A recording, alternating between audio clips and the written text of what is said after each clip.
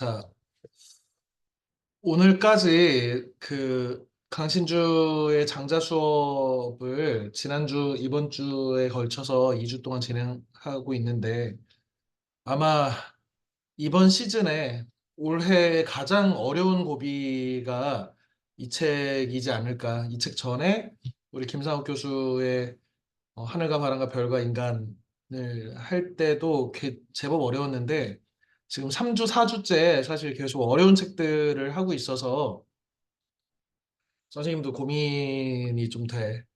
너희들 공부 열심히 하고 좀 어려운 책들도 읽을 수 있는 인간을 만들려고 했는데 취지와 좀 부합한지 안 한지 모르겠어. 그래서 대체로 좀 너무 어려웠지 않았나라는 생각도 잠깐 하는데 다음 주에는 다시 이 본다는 것, 이 얇은 책, 이 초등학생들 정도 수준의 초등학교 6학년 아니면 중1 정도 수준의 책으로 돌아갈 거고 그 다음 책도 사회 문제를 다루는 책이긴 하지만 그 책도 좀 가벼운 책이야 상대적으로. 그래서 어, 오늘까지 좀 어렵고 그 다음 주, 다다음 주는 좀 쉬워질 거다.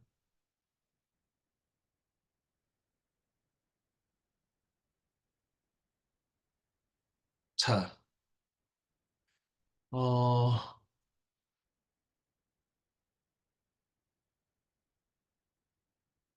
선생님이 너희가 알다시피 이 책을 읽고 서평들을 짤막하게 좀 남겨놓는데 선생님이 최근에 읽은 이 책의 서평을 잠깐 소개를 하고 수업에 들어가겠습니다.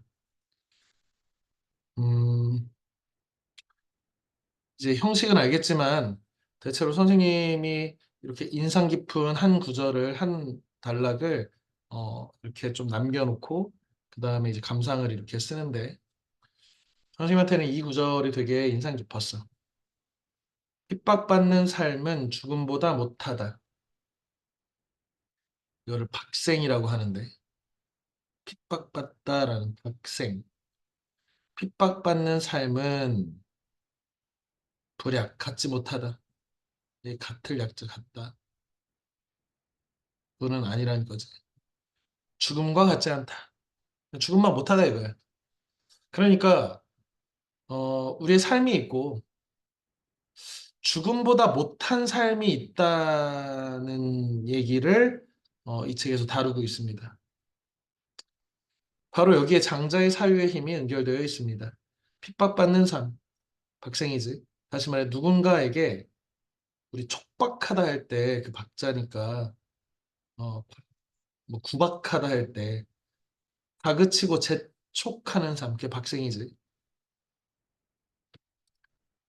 내가 살고 싶은 대로 내 리듬대로 내 삶대로 살지 못하고 누군가가 이래라 저래라 하고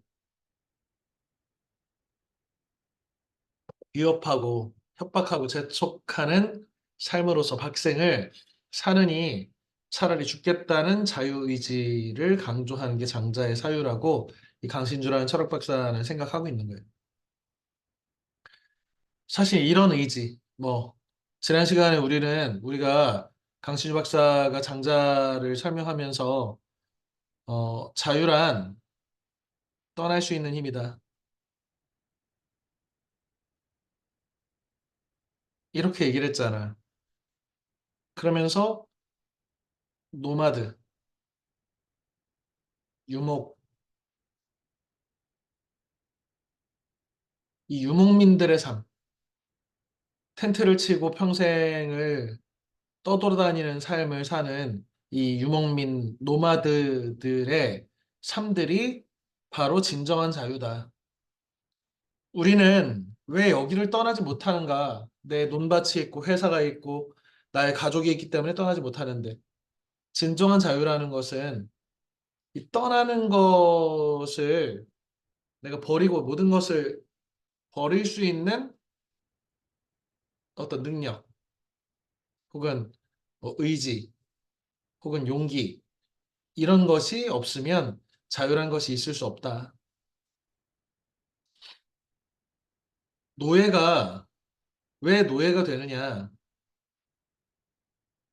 노예 주인이 얘를 노예로 삼을 수 있는 건 얘가 자유가 없기 때문인데 자유가 없는 이유는 떠날 힘이 없어. 노예는 길들여져서 어떤 노예들은 탈출해 죽음을 불사하는 거지. 죽음을 불사하는 어떤 존재만이 죽음을 각오하는 어떤 사람만이 노예의 상태에서 벗어날 수 있는 거죠. 내가 노예 같은 삶, 핍박받는 삶을 사느니 차라리 죽겠다. 그러니 죽음을 각오하고라도 나는 이 삶을 거부하겠다. 이런 사람들이 우리 역사 속에 면면이 내려져 오는 거지. 뭐 노동법을 지키라고 자결한 사람들이나 아니면 독재 정권에 저항하는 것이 위태롭고 자신의 모든 것을 던지는 일인 줄 알면서도 정의를 위해 싸운 사람들이나 아니면 우리나라의 숱한 전람 속에서 전쟁 속에서 가족과 민족, 나라를 지키겠다고 헌신한 군인들이나 어, 이런 분들이 어떻게 보면 이 체제를 우리 세상을 지탱하는 사람들이지. 사실 이런 의지가 없다면 물질적 생활 조건은 좋은 정착지, 다시마 조건이 좋은 정착지, 다시 말해 오아시스나 하천 근처 비옥한 농지나 농토지를 거느린 도시, 혹은 다양한 분업 체계와 교역으로 물자가 풍성했던 도시를 떠나지 않을 것이다. 이 자유에 대해서 생각해 보게 하는 326페이지의 구절이 선생님한테는 가장 인상 깊은 구절이었고요. 나는 이와 같이 읽었다. 자유는 떠날 수 있는 힘이라고 정의한 저자의 말을 곱씹으며 이 권에 이르렀다. 1권에 비해 조삼모사 원숭이한테 3개 주고 4개 주고 하는 얘기지. 호접지몽, 다른 말로는 장주지몽이라고도 하는데 우리 장자가 나비가 되는 꿈을 꾸었는데 혹시 나비가 장자 꿈을 꾸는 건 아닐까? 라고 생각했다는 것이 호접지몽이지요. 호접, 나비의 꿈. 당랑거철은 당랑은 사마귀란 뜻인데 다른 말은 버마제비라고 하죠. 버마제비. 사마귀가 거대한 수레바퀴와 싸우는 자기 분수를 모르고 싸울 때 우리 당랑거철한다. 수레가 당랑 사마귀가 버마제비가 수레를 거부한다. 밀어낸다. 우리 만용이라고 하지 이런 걸. 용기가 지나쳐서 절대 이길 수 없는 싸움을 하는 존재. 다음 당랑박선 혹은 당랑규선 엿보다라는 뜻인데 박자나 규자나 다 보다 이렇게 노리다 이런 뜻이야. 버마제비가 이번엔 뭐야? 매미를 노린다. 이런 너희가 그 일상적으로 좀 알아야 하는 한자 성어들 조삼모사, 호접지몽, 당랑거철, 당랑박성 같은 익숙한 내용이 많았다. 다 이게 장자의 그 수록돼 있는 거기서 유래한 고사성어들이야. 누구에게도 지배받지 않고 그 누구도 지배하지 않는 삶에 대해 생각한다. 어, 이거는 어디 나온 구절이냐면 프랑스의 문화 인류학자인 클라스트르의 국가에 대항하는 사회에서 선생님이 읽은 가장 감동적인 한 문장이야. 이 문장은 어떤 거냐면 이 문화 인류학자들은 우리 인간의 문화나 인간성이나 인간의 풍습이나 이런 것이 도대체 어디에서 유래했을까? 그 근원을 탐구하는 사람들을 이제 문화 인류, 인류지. 문화와 인류에 관한 학문. 이 문화인류학자인 프랑스의 문화인류학자인 클라스트르가 그럼 문화인류학을 공부하려면 어디로 가냐면 이 오지에 간단 말이야. 뭐 그 폴리네시아라든지 이런 데에 거의 이제 신석기의 풍습을 그대로 유지하고 살아가는 부족 생활하는 원시 부족들 있잖아요. 원시 부족의 삶을 들여다보면 뭐 우리 레비스트로스 이런 사람도 슬픈 열대 이런 책에 보면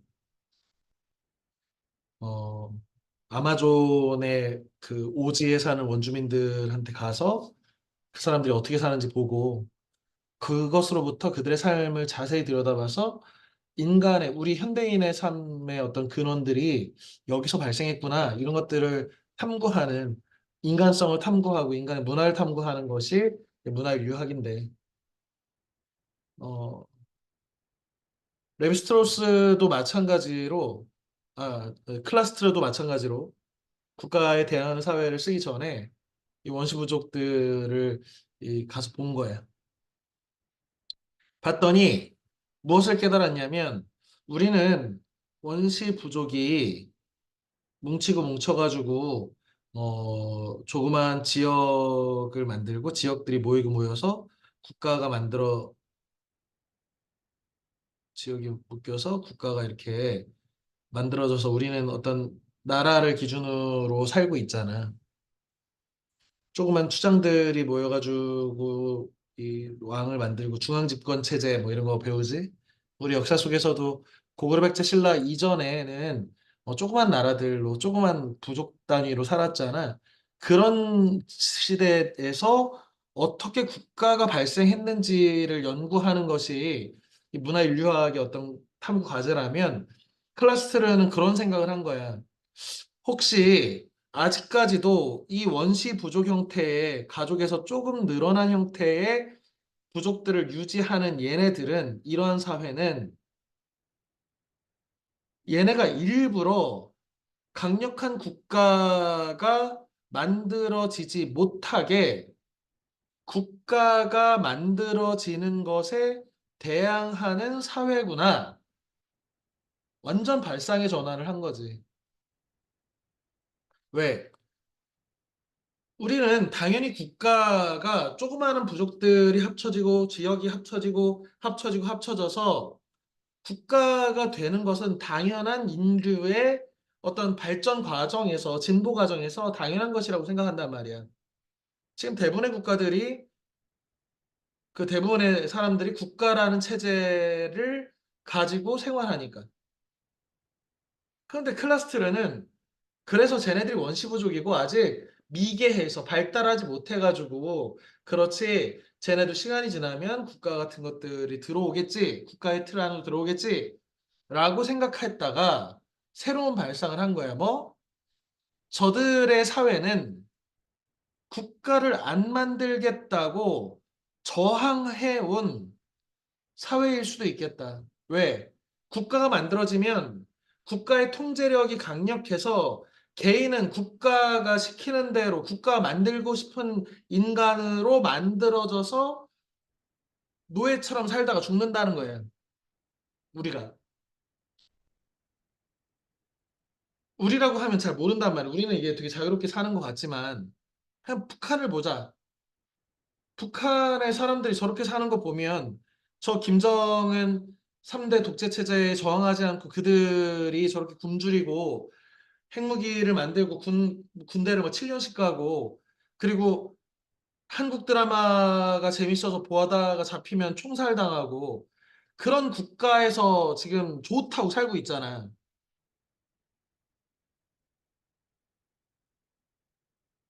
그러면 북한 사람들은 우리를 어떻게 볼까? 부럽다고 볼까? 물론 그럴 수도 있지.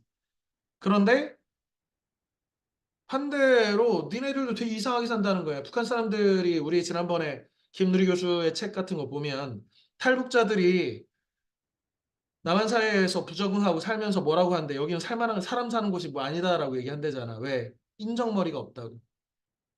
너무 개인주의가 발달하고 옆에 사람들과 옆에 사람들이 속 돕지도 않고 자기만 잘 먹고 잘 살겠다고 남들과 경쟁을 과도하게 경쟁하는 이 정냄이 없는 사회에서 어떻게 사냐?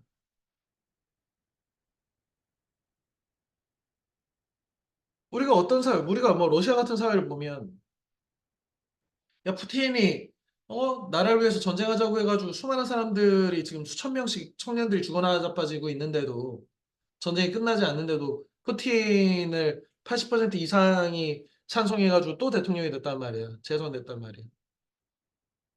중국, 이 모든 국가들이 미국, 이 모든 국가들이 개인에 대해서 개인을 만들고 있다는 거야. 이런 식의 사고방식을.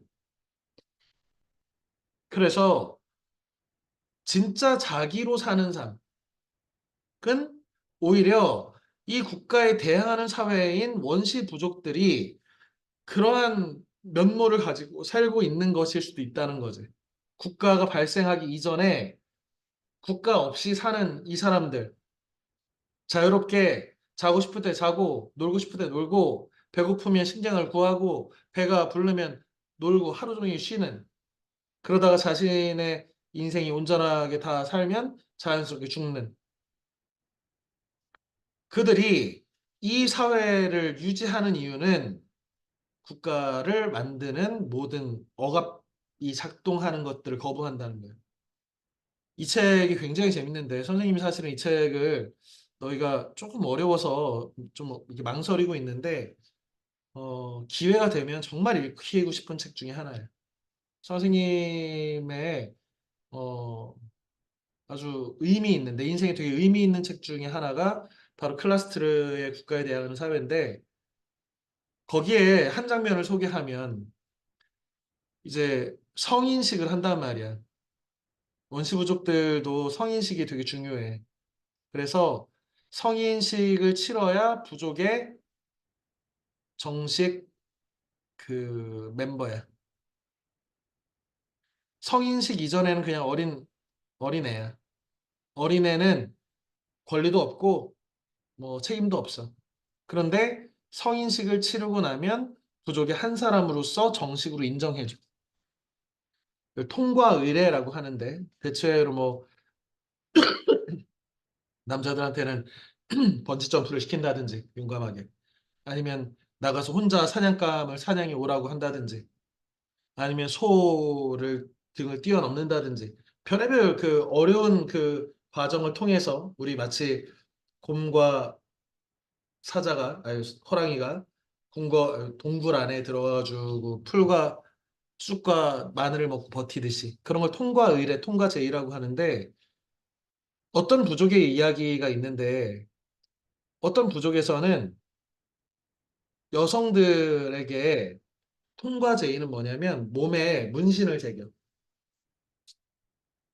그래서 할머니들이 마을의 공동체의 어른들이 엄숙하게 이 꼬맹이 뭐 성인식이라고 해봐야 얘네들 뭐 중학교 1학년 2학년밖에 안 되는 꼬맹이들 붙잡아 놓고서 몸에다 문신을 새긴다고 바늘로. 그러면 막 피도 나고 막 무섭고 아프고 하니까 막 울고 그러면 이 할머니들 막 등짝을 패. 등짝 스매싱을 막 날리면서 너 이 새끼 이것도 못 참냐? 너가 이렇게 해서 정식으로 우리 멤버가 되는 거다. 참아라. 그러면서 문신을 새기는데 이 클라스트라가 가서 본 거야. 이 문신의 의미가 뭔지. 물어봤어. 물어봤더니 몸에다가 뭐라고 새겼냐면 누구에게도 지배받지 않고 그 누구도 지배하지 않겠다고 새기더라는 거예요. 진짜 인간이 됐어. 이제 인간이라면 너는 누구에게 지배받지 말아야 되는 것도 당연하지만 그 누구도 지배하지 않고도 살 수 있는 온전한 사람이 돼야 한다는 거야. 우리는 지배받지 않겠다고 어떻게 하냐면 사회에 지배당하고 있단 말이에요. 여기 있는 동혁이나 수호나 담임이나 여진이나 모두 선생님도 마찬가지로 나 누구한테 지배받기 싫어. 나 자유롭고 싶어. 그래서 어떻게 하고 있어? 누군가를 지배할 권력을 얻으려고 해. 내가 사장 돼서 밑에 사원들 월급 조금 주고 돈 많이 받으려고 해. 그래 나는 벤틀리 타려고. 나는 군의 장교가 돼가지고 밑에 부하들 많이 거느려서 높은 계급으로 올라갈수록 더 많은 계급을 지배할 수 있어. 그래야 내가 지배를 덜 받아. 이런 식의 삶은 온전한 삶이 아니라는 거야. 제대로 된 삶이 아니라는 거야, 이들에게는. 지배받지 않고 싶잖아, 내가? 자유롭고 싶잖아? 그러면 나 역시도 누구를 지배하지 않고서도 너로서 살 수 있냐는 거야. 쉽지 않은 말이라고 생각했어. 선생님의 인생에 표가 있다면 바로 요거라고 생각했어. 그런데 이게 어마어마하게 어려운 일이라는 것을 실천을 하려고 하면 할수록 어려워. 내가 누구에게 지배받지 않으려고 하면 싸우게 돼. 그지? 그건 할 수 있어. 그런데 내 안에서 다른 사람들을 통제하고 다른 사람들을 내 맘대로 교육하고 다른 사람들을 내 맘대로 하고 싶은 이 욕망은 내가 나를 지배하려고 하거나 나에게 혹은 나를 자기 맘대로 하려고 하는 사람한테서 대항하고 싸우는 것보다 10배, 100배, 20, 뭐 200배 어려운 게 바로 내 안의 이 욕망, 남을 지배하려는 욕망으로부터 벗어나는 거야. 내가 내 부모님 말 듣고 싶지 않으면 싸우고 나오는 거야. 내가 내 상사 말을 듣고 싶지 않으면 싸우고 나오면 돼. 그럼 내가 사장하면 되지. 문제는 뭐야? 내가 사장을 하고 원장을 하고 하면 밑에 있는 사람들을 내 마음대로 하고 싶지. 노는 사람 일하라고 하고, 어? 월급은 많이 줄 수 없다고 하고, 이렇게.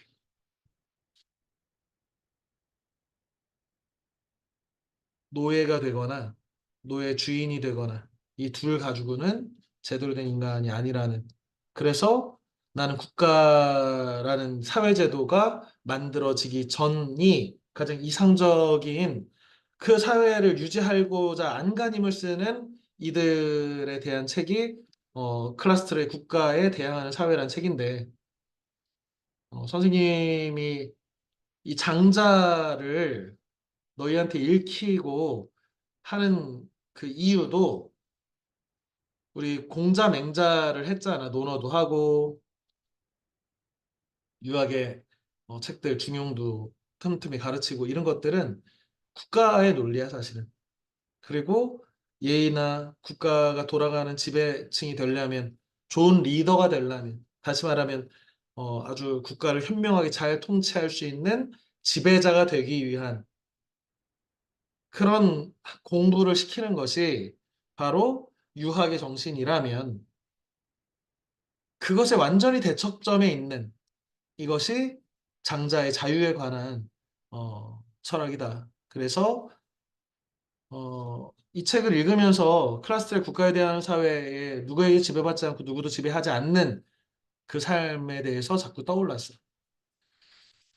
자, 가라타리 고진이라는 사람은 일본을 대표하는 그 철학자고 세계사회 구조라는 책이 있는데 인류의 역사가 이런 부족 국가에서 점점 그 대형 국가들 지금의 거대한 그 제국이라고 하는 미국 중심의 혹은 뭐 중국이나 러시아 중심의 커다란 나라의 중심으로 이렇게 모여가지고 있는 이런 더 크고 더 큰 권력들 방향으로 가는 그 구조를 일반화한 책이고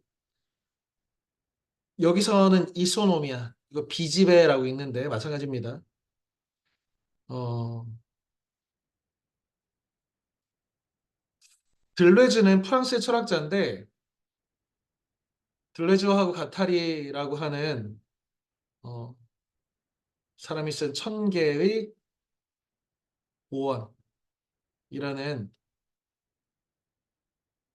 아주 유명한 책인데 한 800페이지쯤 되는 아주 벽돌 같은 책이야. 그런데 여기서 들레즈가 무슨 얘기를 하냐면 탈주. 탈주는 뭐야? 도망가는 거지. 이 위대한 그 들레즈와 가타리 같은 철학자는 어떤 이미지를 우리한테 알려주냐면 토끼굴.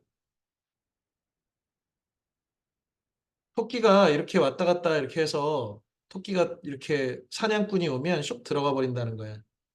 사냥개가 아무리 뒤져봐야 못 찾는데 왜 탈주굴이 있다는 거예요. 토끼는 항상 도망갈 구멍을 뚫어놓고 집을 짓는다는 거예요. 그 탈주의 개념이야. 정답인, 정답인, 네.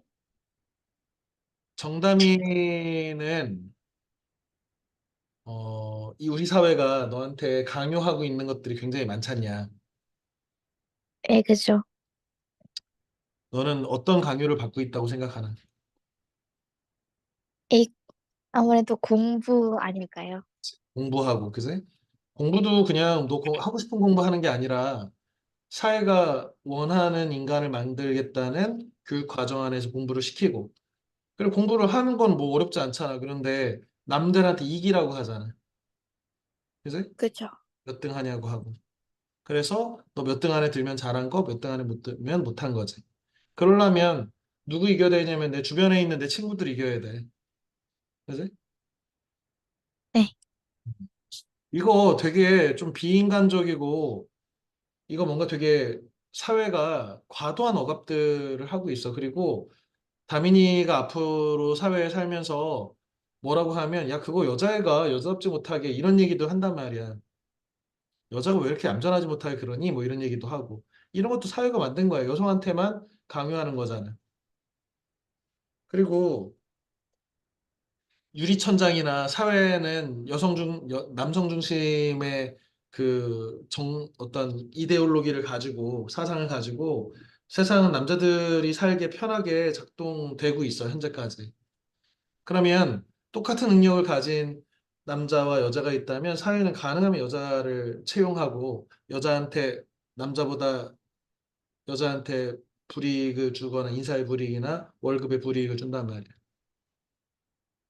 그죠. 이런 문제들. 이런 문제들을 벗어나서 나 혼자 산다든지 나는 내 맘대로 산다라고 하는 사람들은 이게 쉽지 않은 결정이잖아. 그죠. 가민이는 답답한 이 사회 구조나 이런 게 있으면 도망갈 길이 있나? 아니요. 도망갈 데가 없나? 스트레스 받으면 어디 도망가지 못하나? 예, 방으로 가긴 하는데. 방으로, 방으로 가면 갇히잖아. 그럴 네. 때는 어디로 가면 되나? 감나무집으로 가야지. 감나무집으로 가면은 거기도 잡혀오나? 그렇- 그렇지 않을까요? 아무래도. 이게 도망갈 구멍이 있어야 한다는 거야. 그 누구에게도. 어, 사회가 원하는 삶, 내가 원치 않는 삶들을 강요하는 이 사회로부터 우리가 맨날 싸울 수는 없는데, 그래도 도망갈 구멍 하나 정도는 사람마다 갖고 있어야 한다는 거예요. 여진아, 장여진, 네, 여진이의 탈주로 도망갈 구석은 어디 있나? 딱히 없는 것 같아. 딱히 없어. 이제 이수, 이수근, 네. 이수의 탈주로는 어디 있나? 음,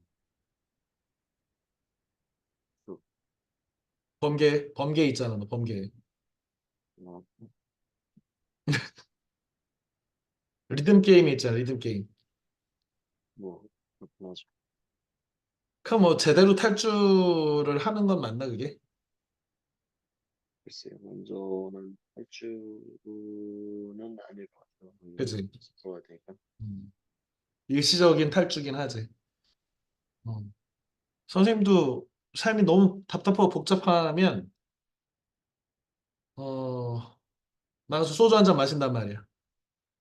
그러면 너네들이 일시적으로 방으로 숨는 것처럼 혹은 PC방으로 숨는 것처럼 어, 잠깐 그런 탈출한 것 같은 기분이 들지만 걸어서 집으로 가고 회사로 가고 하는 거지. 그래서는 잘 모르겠어. 왜 그러면 이게 어려운 이유는 이 세계는 대한민국은 혹은 이 우리 시대와 이 사회는 항상 나보다 먼저 있었어. 나를 나로 만든 게 이 세계야. 너희를 동혁이로 만들고 다민이로 여진이로 수호로 만든 게 우리 사회라고. 그러니 너희보다 이 사회가 먼저 있었어. 그리고 이 세계는 그대로 있는 거야. 너희가 태어나서 죽든 말든. 그래 우리는 사회화 된다고 하잖아. 사회화. 아직 사회화가 덜 됐어. 아, 저 새끼 저 사회화 덜 됐어라고 하지만 사회화는 뭐야? 나보다 먼저 있었던 이 세계에 나한테 맞춰서 이 세계의 규범에 들어오라는 거예요. 그리고 어떻게 시키냐면 이 사회규범으로부터 벗어난 애들, 그런 애들을 손가락질하게 만드는 거예요.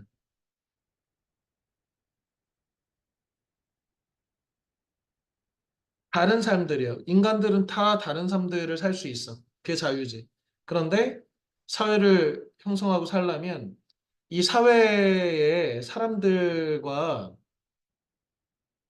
분리돼가지고 자기 멋대로 자기 룰대로 살아가기가 너무 어려운 거지. 그런 사람들한테는 손가락질 하잖아, 이렇게. 우리 역시도 손가락질 하면서 예를 들어서 반에서 떠드는 애가 있어. 교실에 떠들어. 어떻게 생각해보면 교실에서 입 다물고 공부만 하는 것은 이건 너무 어려운 일 아닌가? 사실은 우리는 일어나기도 하고 앉기도 하고 달리기도 하고 춤도 추고 노래도 할 수도 있잖아. 그런데 수업 시간 40분 동안, 45분 동안은 앉아서 입 다물고 있으라는 거야. 의자에 딱딱한 의자에 앉아서. 이거 되게 어렵지. 그런데 어떤 애가 갑자기 일어나가 춤춰. 그럼 사람들은 손가락질 하지. 그럼 이러면 안 되는구나. 안 된단 말이야. 이게 사회화지. 그러면서 그렇게 춤추고 막 깽판 치는 놈이 있으면은 사람들이 손가락질 하는데 누가 손가락질해? 우리가 모두 손가락질을 하는 거야. 그러면서 어떤 생각을 해? 나도 저렇게 자유로우면 손가락질 받는다라는 것을 나한테 가르치는 거예요. 손가락질 하면서.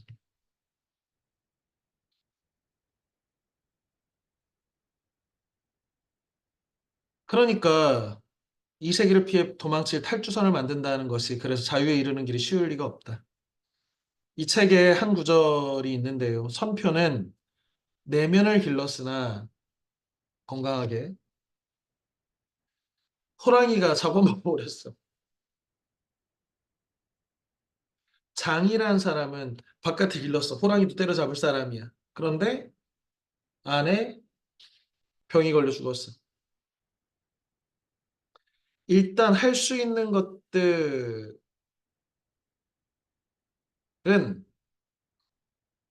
많이 뒤처진 것들부터 채찍질 해야 간다는 거예요. 이게 강신주가 얘기하는 걸음의 면직법이지. 왼쪽 발과 오른쪽 발이 있으면 오른쪽 발이 뒤쳐졌잖아. 얘한테 힘줘서 갖다 놓으라고 앞에다. 예를 들어서 내가 균형을 이룬다는 것은 내 바깥에도 기르고 안도 기르는 거지. 어떤 사람이 조화로운 인간이 된다는 것은 착하기만 하면 남들이 호구로 알아요. 그러면 뒤처지는 게 뭐야? 남들과 싸우는 마음이지. 이거 길러야지. 그러면 어떤 사람들? 맨날 싸우는 사람 되는 거지. 그러면 어때? 착하게 양보하고 선하게 하고 부드럽게 하는 걸 길러야지. 그러면 다시 사람들은 어떻게 해? 나를 무시하고 호구로 알겠지. 이렇게. 이게 변증법이지. 그러다 보면 어떻게 돼? 우리는 앞으로 나아가 있는 인간이 되는 거지. 다른 방법으로, 다른 방법으로, 다른 방법으로. 뒤처진 것들을 보완하면서 앞으로 나가는 것이 그나마 우리가 할 수 있는 최선이다. 선생님도 그런 생각을 많이 해. 어, 내가 왜 이렇게 쉬지도 않고 일만 하고 돈만 벌고 내 인생은 이렇게 아무것도 없이 이러고 있나라는 생각을 가끔 해. 그러면 도망치고 싶다. 그럼 도망치면 안 되잖아.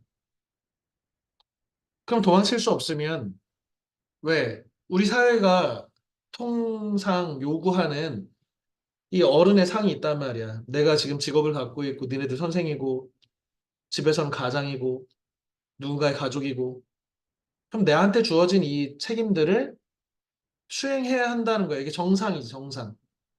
이렇게 안 하면 손가락질하지, 사방에서. 그러면 나는 마치 이 사회와 가정과 이 직장과 이 노예가 된 거야. 뭐 하기 싫어서 비난받고 싶지 않아서. 뭐 하고 싶어서 칭찬받고 인정받고 싶어서. 그러면 어떤 용기가 필요하다고? 내가 욕 먹을 용기. 내가 진짜 내가 원하는 나의 삶은 무엇인지 나의 마음을 들여다보고 내가 진짜 원하는 게 있다면 좀 욕을 먹더라도 그것을 할 수 있는 용기가 바로 뒤처져 있는 것을 앞으로 당기는 그래서 우리의 탈주로를 만드는 거지. 이 전체 이 책에 장자가 가르치고 싶은 것이 이 용기에 대한 이미지야. 어, 선생님이 가끔씩 이제 이분법적으로 농담식으로 얘기하는데 사람은 A와 B로 나눌 수 있다고 이렇게. 얼마 전에 그런 얘기를 했어. 수업 중간에 고등학교 2학년 안영여고 그 선배들 수업 중에 사람은 니체 선생이 독일의 철학자 니체가 사람은 춤출 수 있는 사람과 춤을 출 수 없는 사람으로 나뉜다 이렇게 했어. 그리고서 앞에 있는 한 언니한테 여학생한테 너 춤출 수 있어? 너 춤추는 인간이야? 못 추는 인간이야? 그랬더니 이 선배가 바로 막 춤을 추는 거야. 그래서 너는 춤출 수 있는 인간. 자, 어떤 사람은 춤을 출 수 없는 사람이 있어. 질문 한번 해볼까? 재민아, 예, 재민이는 춤출 수 있는 인간이야? 춤 못 추는 인간이야? 출 수 있어요. 아, 그래? 어, 그 반에서 나와서 누가 하나 춤춰라 그러면은 재민이 나와서 이렇게 춤출 수 있나? 뭐, 될 것 같은데. 될 것 같아. 장여진, 여진이는 어때? 못 출 것 같아. 여진이는 신나면 춤추나? 신나면 춤은 추죠. 남들 앞에서? 남들 앞에서는 안 추죠. 어. 남들 앞에서 춤출 수 있는 인간은 아니잖아, 여진이가. 네. 그런데 선생님도 좀 그랬거든. 그런데 선생님이 26살에 군대 전역하고 장교 생활 마치고 나와서 당시에 그 선생님 형이 우즈베키스탄의 대학 교수로 가 있었어. 그래서 뭐 이렇게 고민도 많고 앞으로 어떻게 인생을 살아야 되나 걱정도 많고 그래서 그냥 형이 있는 곳으로 비행기표만 가지고 날라가지고 우즈베키스탄에 형한테 갔어.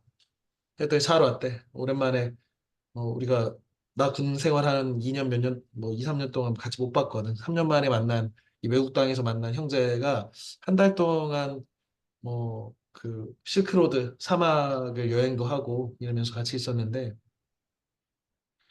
그 우즈베키스탄 사람들은 그렇게들 춤을 추는 거야. 오, 그러니까 밥 먹다 말고 저쪽에서 음악이 연주되면 밥 먹다 숟가락 놓고 다 같이 춤추는 거야 이렇게. 그래서 되게 뻘쭘하잖아. 한국 사람은 그렇게 야 한국이 식당에서 밥 먹다가 갑자기 식당 옆에 일어나가지고 춤추지 않잖아. 네. 그래가지고 너무 너무 불편한 거야. 막 춤추자고 막 사람들이 춤 붙잡고 막 춤추자고 하는데 그런데 에라 모르겠다 그러고서 같이 어차피 여행객이니까 여행하는 사람이니까 같이 춤추기 시작했어. 그러다 보니까 옷이 되게 신나는 거야. 그리고 우즈베키스탄은 이슬람 국가거든. 그래서 여행하다가 이제 모스크 이슬람 사원에 예배를 드리러 사람들이 모여서 어떻게들 하시나 이렇게 보려고 갔더니 다들 이렇게 손 씻고 이렇게 남자들은 남자들 예배실, 여자들은 여자 예배실 가면서 우리도 손 씻고 발 씻고 해가지고 같이 이렇게 갔지. 그랬더니 한 3천 명, 4천 명의 남자가 다 어깨가 달 정도로 딱 그 줄을 맞춰가지고 해가지고 메카를 향해서 다 같이 기도를 하는 거야. 그래가지고 나도 뭐야 이거 이러면서 같이 절하고 했거든. 그래서 뭐가 느껴졌냐면 오 뭔가 신성함 같은 거. 어, 무슨 얘기를 하고 싶은 거냐면 장자의 이미지는 어떤 거냐면 자기의 좁은 호수에 살던 거대한 물고기인 곤이 바로 우리라는 거예요. 음. 이 곤은 춤을 출 줄을 몰라. 이 곤의 이름, 곤이 이 큰 물고기의 이름은 여진이야. 여진의 특징은 춤을 못 춰. 그런데 답답해. 아, 나는 왜 그렇지? 이렇게. 하지만 나는 아니까. 춤 안 추니까. 그런데 대풍이 분다는 거야. 큰 바람이 불어 닥친 거야. 누구냐면 재민이야, 재민이. 어. 재민이가 친구야. 그래서 엄청 춤을 춰 앞에서 자꾸만. 어. 그러면 나는 쟤 싫어. 쟤 춤추는 왜 아무 데나 춤을 춰. 막 이렇게 하면 여진이는 그냥 춤 못 추는 여진인데 에라이 모르겠다. 그럼 뭐가 된다고? 구만리장천을 날아올라서 자유롭게 소요유 마음껏 자유롭게 비행하는 변신한 존재가 된다고. 쉽지 않은 거야. 부끄럽고. 이게 안 맞는 옷 같은 거야. 그런데 선생님 우즈베키스탄에서 한 달쯤 있다가 돌아왔어. 그런데 친구랑 지금 서울 광장, 서울 시청 앞에 광장을 지나는데 무슨 페스티벌 한다고 사람들이 이렇게 음악을 이렇게 연주하는 거야. 근데 이게 무슨 파블로프의 개처럼 당연히 춤이 춰지는 거야. 그랬더니 옆에 있는 친구가 선생님한테 뭐라고 했냐면 아, 외국인들만 춤추는데 다 여기 다 외국인들만 춤추고 있더라는 거야. 그런데 다 너도 외국인이냐고 막 그랬었어. 이게 뭔가 바뀌는 거지. 물론 지금도 뭐 선생님 춤추라고 하면은 되게 뻘쭘하고 잘 그런데 예를 들자면 이런 거지. 음. 우리를 춤을 추게 하고 못 추게 하는 게 추고 안 추가 중요한 게 아니라 기존의 나라고 하는 어떤 상 안에 갇혀 있는 것. 호접지몽이 있잖아. 호접지몽은 장자가 이름이 장주인데 그래서 호접지몽은 다른 말로 장주지몽이라고도 하지. 장주지몽으로 넘어가 볼까요? 장자가 어느 날 꿈을 꿨더니 나비가 되는 다시 말하면 호접이 되는 꿈을 꿨어. 그러면서 아, 이 꿈 너무 신난다. 그런데 혹시 나비가 장자의 꿈을 꾸고 있는 것하고 어떻게 구분하지? 이런 생각을 한 거예요. 물론 내가 꿈에 누구를 만났어. 그렇다고 내가 꿈에 만난 거에 내가 만난 건 아니잖아. 이거는 현실과 꿈은 그냥 머릿속에서 일어나는 어떤 가상이잖아. 이게 뭐야? 구분 짓는 거지. 이성적인 구분이지. 근데 이성적인 구분이라고 하는 것이 이게 뭔가 의심스럽다는 거야. 이걸 무아지경이라고도 하고 잊을 망자를 써서 망아지경이라고도 하는데 나를 잊어버리는 나를 망각하는 경지라는 거지. 나를 망각한다. 이것 불교에서는 이거를 아트만이라고 하는데 자기 정체성이에요. 자기 정체성. 이 자기 정체성이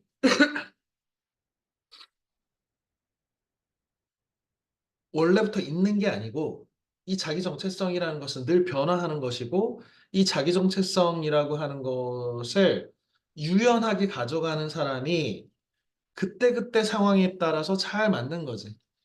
예를 들어서 선생님이 학원에서 너희들 가르칠 때는 야, 이렇게 해야지, 이거 배워야지. 선생님도 사실은 여러 가지 모습들을 가지고 있는데 특히 문법 같은 거 가르칠 때는 문법은 되게 정밀하고 정확하게 가르쳐야 돼서 혼내면서 가르쳐. 그러다가 문학은 또 그렇게 가르치면 안 돼. 왜? 문학은 어떻게 보면 좀 유연하게 이런 사고도 가능하고 저런 사고도 가능한데 이성적으로 어떤 사고가 더 나은지를 이렇게 판단할 수 있는 능력들을 기르라는 게 문학의 관점이잖아. 또 줌 수업 같은 것도 우리 지금 책 읽는 것도 그냥 너희가 그 책을 읽고 그 책을 읽는 것에 대해서 선생님과 같이 얘기하고 배우고 하는 좀 자연스러운 이 분위기에서 문화가 잘 정착되기를 선생님이 바라니까 책 안 읽었다가 죽을래? 뭐 이렇게 안 하잖아. 그런 거야. 그래서 내가 나를 고정돼 있다고 생각하는 것. 나는 어떤 사람이야?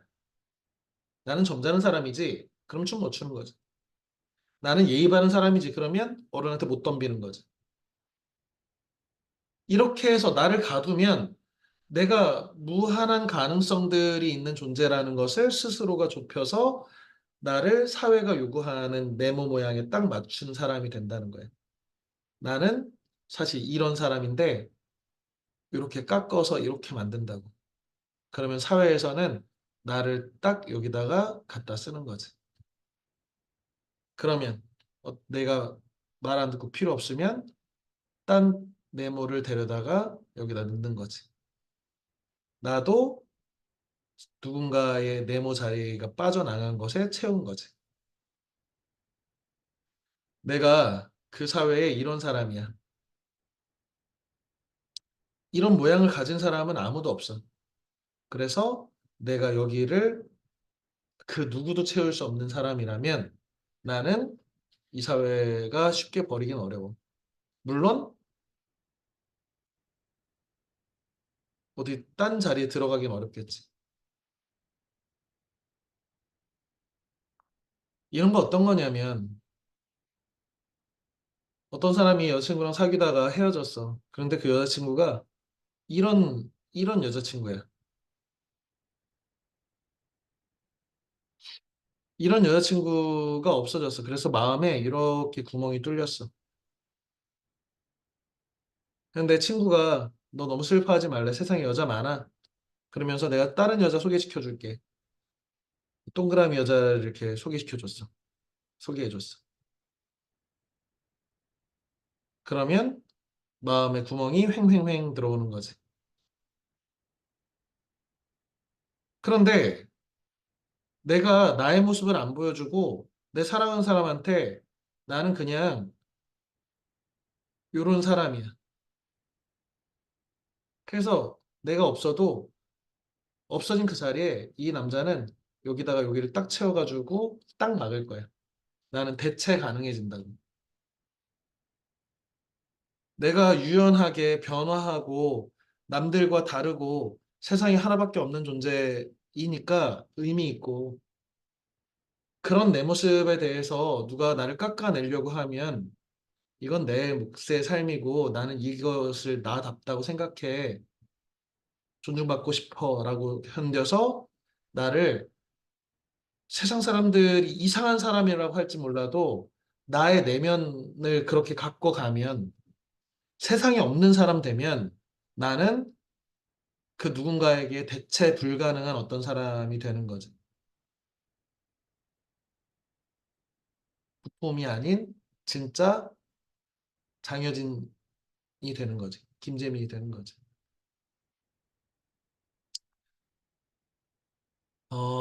호접지몽은 장자가 무슨 얘기를 하고 싶은 거냐면 너의 정체성에 대해서 너무 간단하게 규정하지 말라는 거예요. 너가 꿈에서 나비 봤잖아. 그래서 자유롭게 하늘 날아다녔지. 그 꿈을 꾼 게 진짜일 수도 있어. 그런 자유로움이 바로 너일 수 있어.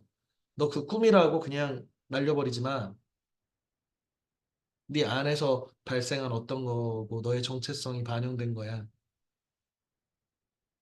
너가 생각하고 있는 장자라고 생각하는 너라고 생각하는 너의 이미지 그거 네가 꾼 꿈과 같은 거야. 그러니 언제든지 수정 가능하고 변화하고 태풍을 만나면 물고기가 아닌 새가 될 수 있는 거야, 너.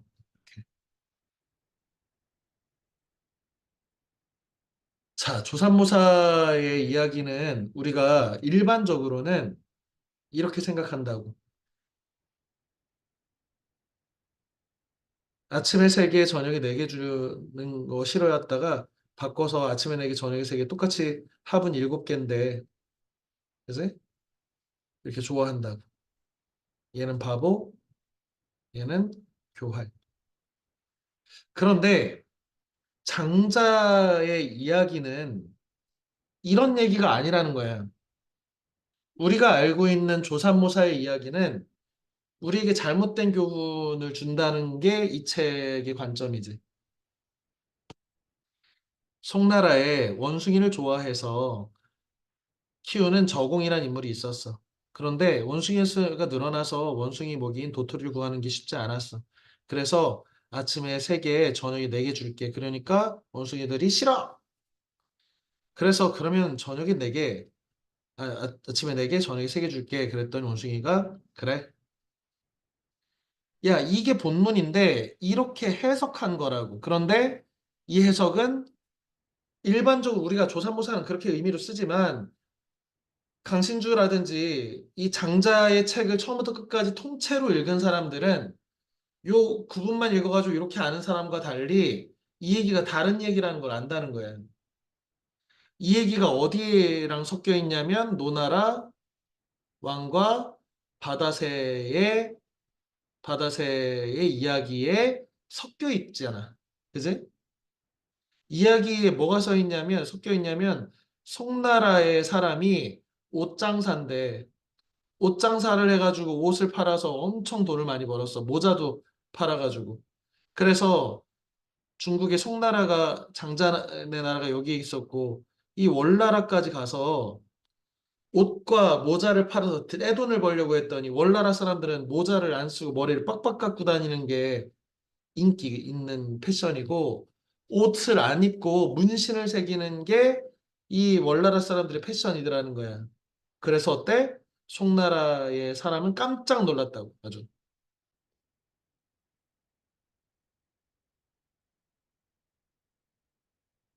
자, 정다민, 다민아. 네, 자, 이 송나라의 저공이라는 인물이 잘못한 게 뭐야? 원숭이를 속인 거 원숭이를 어떻게 속였어? 똑같은 양인데 약간 다르게 느끼도록. 한 거야? 네, 그러면 엄마가 정다민이 너 먹여 살리잖아. 그치? 그죠? 네, 그랬더니 그러면 용돈을 주는데 일주일에 8만 원 주다가 식구들이 늘어나고 이렇게 하면서 7만 원으로 줄이는 거야, 다민이 용돈을. 네, 그런데 월요일하고 수요일에 지급을 하는데 월요일에 3개 3만 원, 그 다음에 수요일에 7만 원 줄게. 아니, 수요일에 4만 원 줘서 7만 원 줄게. 이렇게 했다가 다민이가 싫어요. 그랬더니 그래? 내가 좋아할 줄 알았는데 그러면 월요일에 4만 원 주고 저녁 그 7만 원 줄게 하면 다민이는 그래요. 이렇게 할 수 응? 있잖아. 에, 뭐, 뭐가 잘못된 거야, 이 얘기에?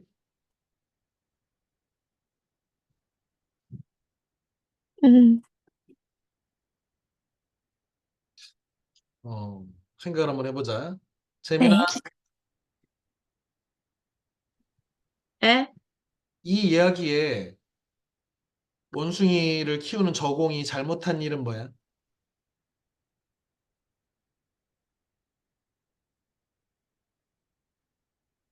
음,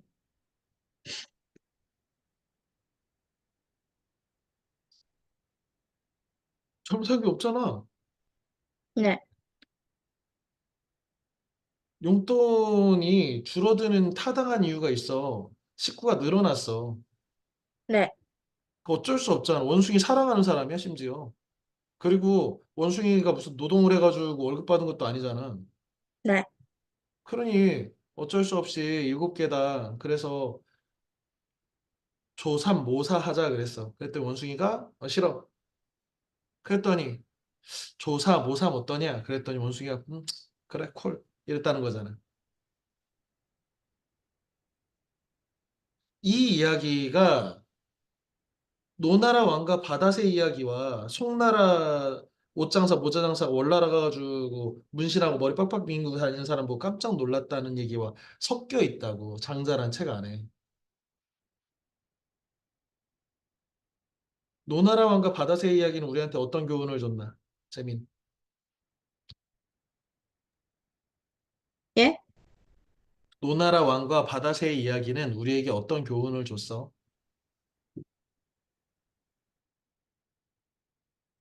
안 줬구나.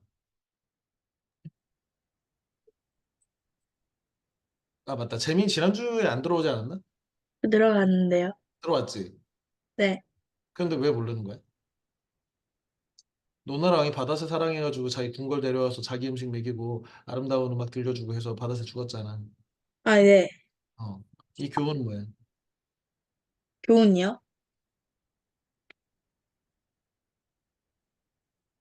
누구 사랑하는데 네 맘대로 사랑하지 말라고. 아, 그지? 네. 너 진짜 바다새 좋아하면 네가 바다로 가서 보고 오라고. 네. 바다새는 바다새가 좋은 게 있고 너는 너가 좋은 게 있다는 거 인정하라고.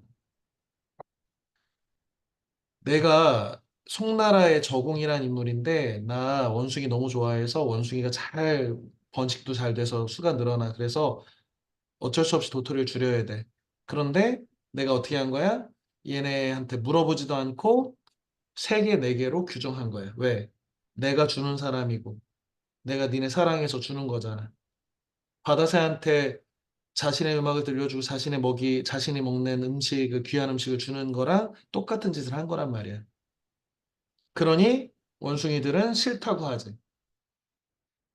그래서 저공이 깜짝 놀란 거야. 뭐처럼. 이 옷 갖고 가면 니네가 무조건 좋아하겠지라고 사들고 가지고 팔아보려고 했더니 얘는 옷이란 걸 안 입어. 이런 상황이 벌어진 거잖아. 그래서 어떻게 하는 거야? 조정하는 거지. 자신의 마음을 바꾸는 거지. 그러니까 원숭이가 이제는 좋아. 이렇게 한 거잖아. 이 아저씨는 나는 원숭이 전문가고 내가 니네들 먹이 주는 내가 베푸는 사람이야. 니네는 얻어먹는 원숭이 새끼들이고. 그지? 그러니까 내가 줄이는 거고 니네 습관을 잘 봤더니 조삼 모사가 맞아. 먹어. 그랬더니 싫어. 그런 거야. 깜짝 놀란 거지. 왜? 나는 내가 이렇게 베풀고 이렇게 한 것이 온전히 다 내 사고방식대로 강요한 건지를 모르는 거야. 싫다고 했을 때 정신 드는 거지. 윤석열 대통령이 의사 정원을 2,000명 이렇게 하겠다라고 밀어붙이다가 의사들이 지금 항의하고 뭐 난리가 났잖아. 그래서 어젠가부터 오늘 뉴스에 봤더니 의사들하고 좀 대화를 해보겠대. 어떻게 해야 되는지. 여태까지는 뭐 다 감옥 보낸다고 하다가. 윤석열 대통령은 반대가 있어도 우리나라 전체를 위해서 의사 수를 늘리는 게 더 중요해. 뭐 선생님도 의사 수는 더 늘어나야 된다고 생각해. 하지만 어떻게 하는 거야? 내 말 안 들어? 안 들으면 너희 다 감옥 가. 의사 자격증 다 뺏을 거야. 이렇게 하는 방식의 의사들이 반발하고 나 그럼 출근 안 해. 나 자르려면 잘라. 나 감옥 보내면 감옥 보내. 나 의사 안 해. 이렇게 한 거잖아. 반발한 거지. 어떻게 해야 돼? 좀 들어봐야지. 그래서 내가 옳다고 생각하는 것이 반드시 남도 옳다고 생각하는 것은 아니다. 나는 장자다라 생각하지 말고 나는 나비일 수도 있고 곤일 수도 있고 대붕일 수도 있다. 내가 그런 것처럼 상대도 그럴 수도 있다. 그리고 나는 그런 나와 규칙을 달리하는 정말 회개망측한 인간들과 만남으로 해서 만나지 않고 아유 난 싫어 난 싫어 싫어 싫어 싫어 그러면 나는 나인 채로 굳어버리고 작은 인간으로 사는 거지. 선생님이 선생님 친구들이 하루는 불렀어. 선생님 친구들이 대학교 때 부르더니 고등학교 친구들이 그러더니 너 홍어 먹을 줄 아냐는 거야. 전라도 홍어. 냄새가 정다민 네?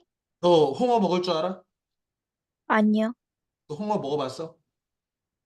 진짜 어렸을 때 한번 먹어봤어요. 홍어 냄새가 어떤 냄새인 줄 알아? 굉장히 불쾌한 냄새입니다. 맡아봤어? 네. 맞아. 다민이의 할아버지는 홍어를 좋아하시지. 이 전라도 사람들이 홍어를 이 가오리처럼 생긴 너무 귀엽게 생겼는데 막 웃고 있는데 얘 이렇게 생긴 무슨 외계인처럼 생겼어 진짜. 어. 얘를 잡아가지고 그 장독 같은 데에다가 덮어가지고 지푸라기랑 섞어가지고 얘를 한 30일 동안 이렇게 묵혀요. 그러면 냄새가 암모니아를 직접 코에다 쏘는 것만큼의 독한 암모니아 향이 난단 말이야. 얘네는 맡아본 적도 없는 냄새일 거야. 이 냄새는 그 옛날에 이 수세식 화장실 아니고 허세식 화장실에서 나는 냄새보다 더 더러운 냄새야. 근데 이거를 탁탁탁탁 썰어가지고 초장 찍어서 드시면 코에서 암모니아가 빵 하고서 콧물이 막 뿡, 이렇게 가스가 뿡 터진단 말이야. 이거를 먹으러 가자는 거야. 그래가지고 못 먹겠다. 나는 못 먹는다, 그거 냄새나서. 그랬더니, 그럼 딴 거 먹으러 가자고 꼬시더니 날 데리고 갔어. 와, 이렇게 끌고서. 그래가지고 그 홍어집 주인 사장님한테 얘가 홍어 냄새나고 더러운 음식이라고 안 먹는데요라고 읽었어. 홍어집 사장님이 나를 무슨 원수 쳐다보듯이 보고 거기에 홍어 먹고 계신 그 수많은 식당의 아저씨들이 나를 저 미친놈 취급을 하는 거지. 왜? 엄청 비싼 고급 음식이거든. 소고기보다 훨씬 비싸거든.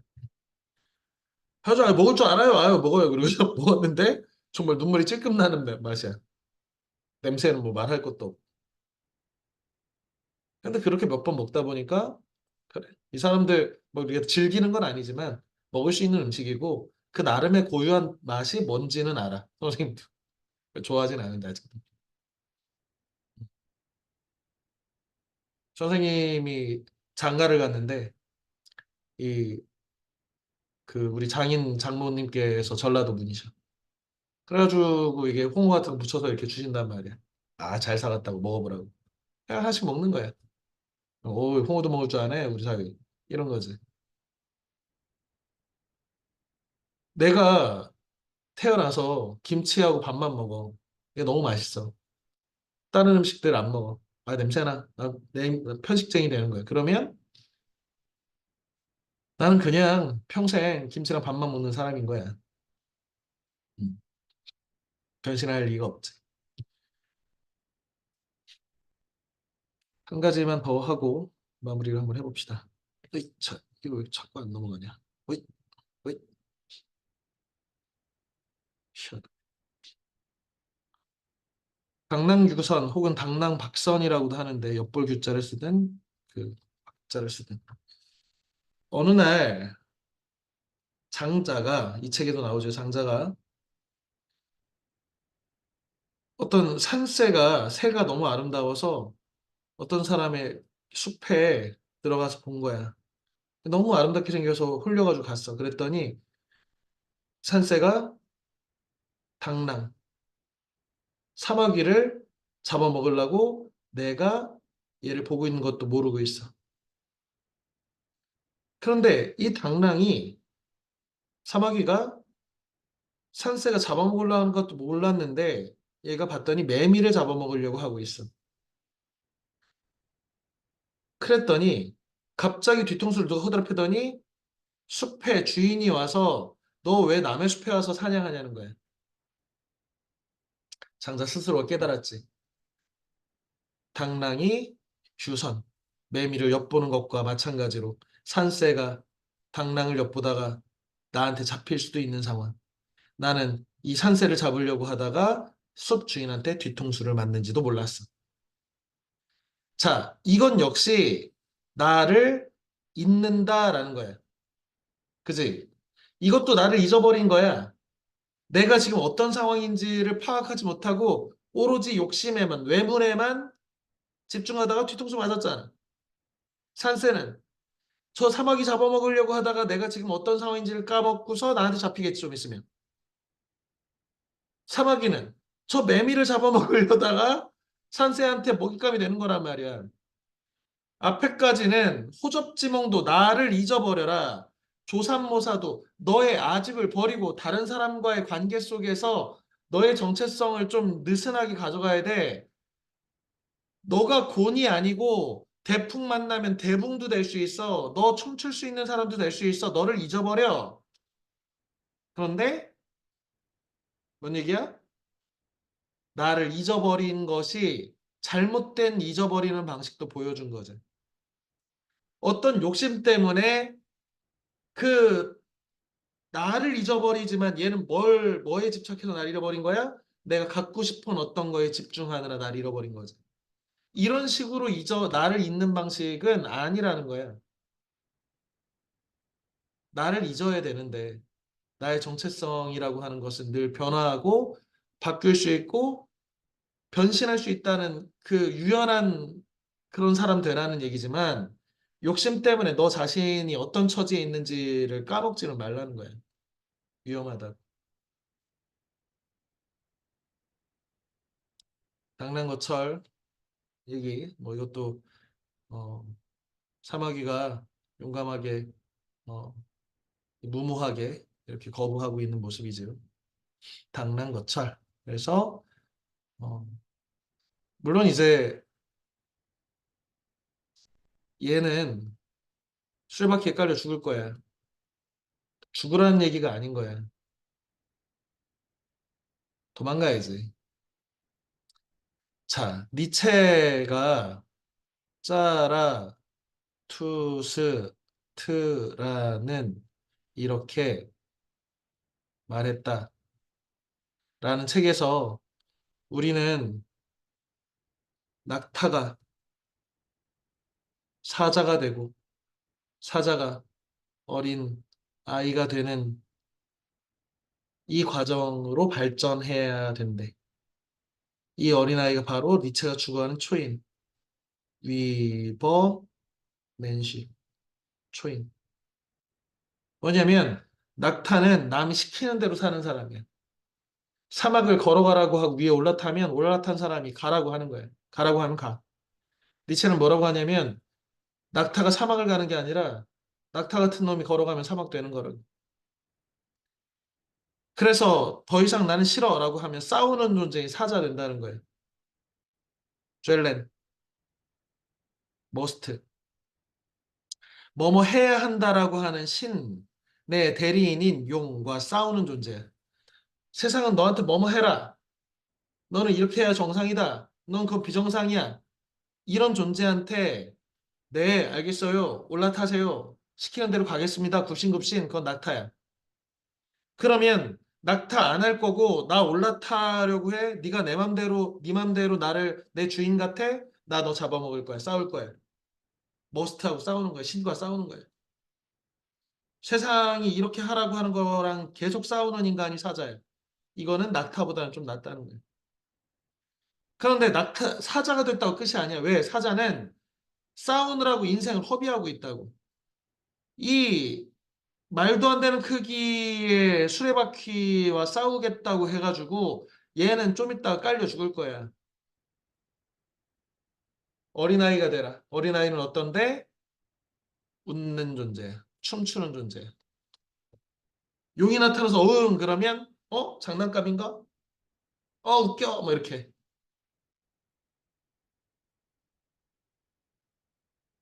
자기의 방식으로 세상을 사는 사람.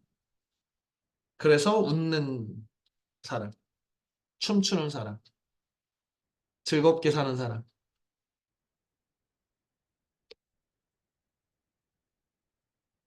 어, 니체가 1800년대 후반에 이 책을 써서 전 세계 철학계의 뒤통수를 날렸는데 다이너마이트 같은 철학자라고 하고 망치와 같은 얼음을 깨는 철학자라고 불리는 이 니체의 자르투스트라는 이렇게 말했다에 이 낙타가 사자가 되고 사자가 어린아이가 되는 이 변증법은